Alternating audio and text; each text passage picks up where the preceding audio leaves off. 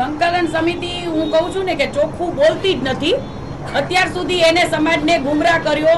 કોઈ પણ વસ્તુ એનું ડિસિઝન ક્યાંક ને ક્યાંક લઈ લેવું પડે, ટાઈમ આવે તો લઈ લેવું પડે, તો એ ડિસિઝન નથી લઈ શકતા. સમાજને પણ ગુમરાહ કરીને બેસી ગયા છે. પોતાને કઈ ફેર નથી પડતો. 5મી વખત રૂપાલાભાઈએ માફી માંગી છે માનવતાની દ્રષ્ટિએ, તો નથી શું કરવું છે એ લોકોને.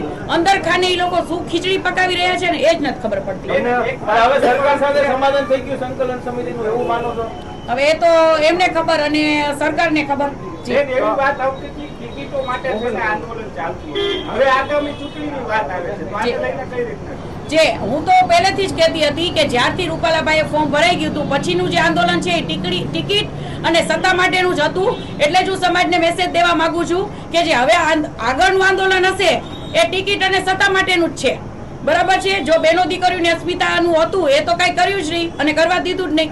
તો હવે આ આંદોલન છે એમાં આપ પણ જોઈ રહ્યા હશો કે જે કરણસિંહ ચાવડાભાઈ છે એ બોલી જ ગયા છે કે ભાઈ અમે પણ ટિકિટની માંગુ કરશું.